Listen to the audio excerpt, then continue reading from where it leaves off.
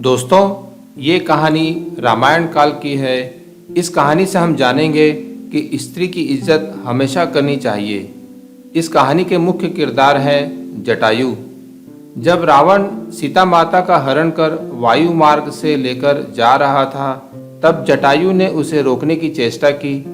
रावण ने उसे मारकर घायल कर दिया था। तब जटायु घायल अवस्था में पड़ा कई दिनों तक प्रभु श्री राम की बाट जो रहा था कि कब प्रभु आए और उन्हें सीता माता के हरण की जानकारी दें। तो आइए सुनते हैं कहानी जटायु की।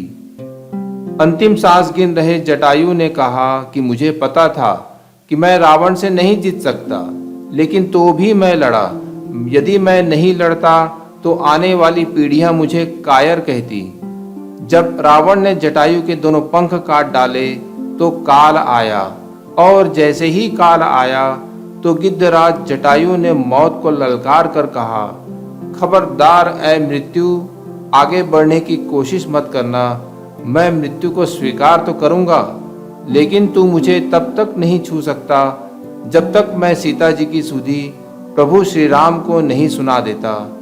मौत उन्हें छू नहीं पा रही है, कांप रही है खड़ी होकर।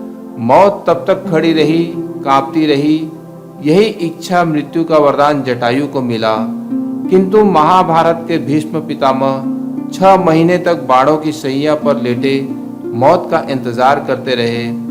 आंखों में आंसू हैं, रो रहे हैं, भगवान मन ही मन मुस्कुरा रहे हैं।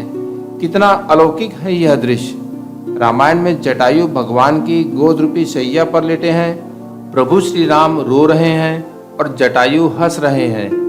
वहाँ महाभारत में भीष्म पितामह रो रहे हैं और भगवान श्री कृष्ण हंस रहे हैं। भिन्नता प्रतीत हो रही है। अंत समय में जटायु को प्रभु श्री राम की गोद रूपी शैया मिली, लेकिन भीष्म पितामह को मरते समय बाणों की शैया मिली।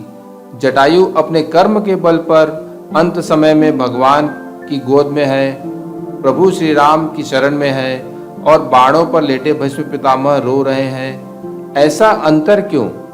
ऐसा अंतर इसलिए है कि भरे दरबार में भीष्म पितामह ने द्रौपदी की लाज को अपमानित होते हुए देखा, विरोध नहीं कर पाए।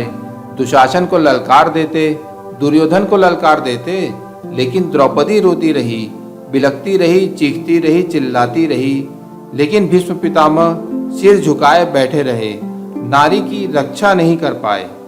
इसका परिणाम यह निकला, इच्छा मृत्यु का वरदान पाने पर भी बाणों की शैया मिली, और जटायु ने नारी का सम्मान किया, अपने प्राणों की आहुति दे दी, तो मरते समय भगवान श्री राम की गोद की शैया मिली।